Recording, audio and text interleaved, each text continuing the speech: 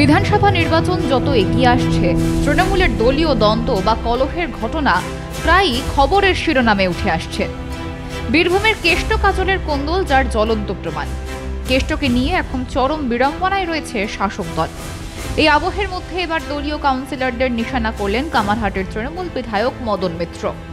তৃণমূলের জার্সি খুলে নিলে কাউন্সিলরদের পাড়ার কুকুরও পর্যন্ত ভয় পাবে না। আর কি বললেন কামারহাটের তৃণমূল বিধায়ক, শুনুন।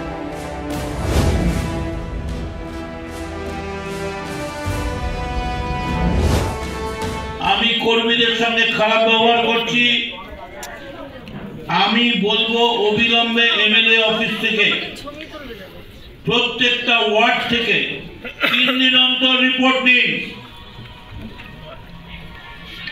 কজন করে কর্মী মিটিং এ আসছেন সই দেখান, প্রত্যেকটা ওয়ার্ডে অ্যাটেন্ডেন্সের সই দেখান। আমি নাম বলতে চাই না, এমন অনেক কাউন্সিলর আছেন যারা পরপর প্রায় 5টা মিটিং অ্যাটেন্ড করেন। কি ভাবছেন নিজেদের? শুধু গা থেকে যদি জামাটা সরিয়ে দেয় তৃণমূল, এই চল এরা তৃণমূল নয়, এরা কাউন্সিলর নয়, পাড়ার কুত্তা পর্যন্ত পায় কামড়ে দেয়।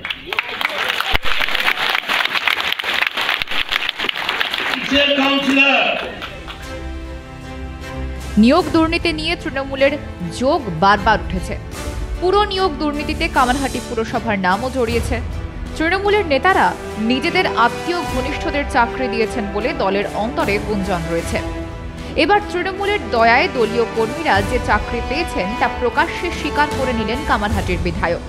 আর তারপরও তাঁরা দলের প্রতি আনুগত্য না দেখানোয় তাঁদের বিরুদ্ধে ক্ষোভ উগরে দেন তিনি।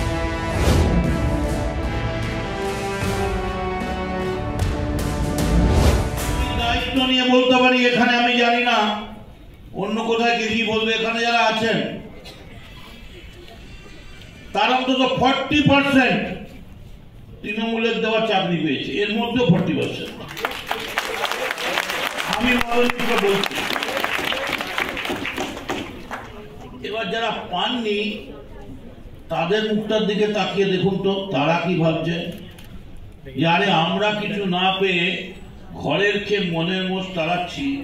আর যারা যারা পার্টিটাকে খুবলে খুবলে নিল, চেটে চুটে মাখন করে নিল পার্টিটাকে।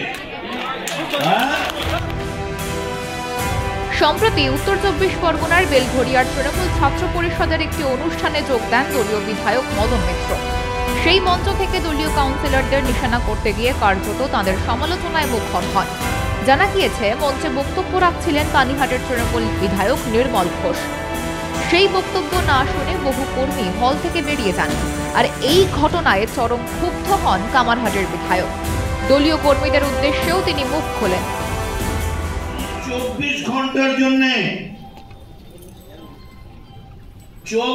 ঘন্টার জন্য মমতা বন্দ্যোপাধ্যায় যদি ঘোষণা করে দেন যে আমি আমার কামারহাটির টিএমসিটা বন্ধ করে দিলাম, কামারহাটিতে টিএমসি নেই, বাড়িতে থাকতে পারবেন না, টিএমসির নেতাদের পায়ের তলায় গিয়ে আশ্রয় নিতে হবে। তার কারণ বাঁচাবার মতো কোনো বাবা আপনার পাশে এসে দাঁড়াবে না। কি ভাবছেন আপনারা নিজেদের? হরিদাস পাল কি ভাবছেন নিজেদের? আমরা জানি না ঘরের কথা, কে কত বড় মস্তান আমি সব জানি। মদন মিত্র কাউন্সিলরদের যে কড়া বার্তা দিয়েছেন তাতে শাসক দলের অন্তরে বিভাজন আরও চওড়া হবে বলেই মনে করছে রাজনৈতিক মহলের একাংশ। যদিও দলের কোন নেতাকে উদ্দেশ্য করে তিনি মন্তব্য করতে চেয়েছেন তা অবশ্য স্পষ্ট হয়নি। এ নিয়ে ধোঁয়াশা থেকেই গিয়েছে। বলা যেতে পারে মদন সত্যি কথা বলে ফেলায় বেশ বিড়ম্বনায় পড়ল শাসক দল। ব্যুরো রিপোর্ট, মাধ্যম।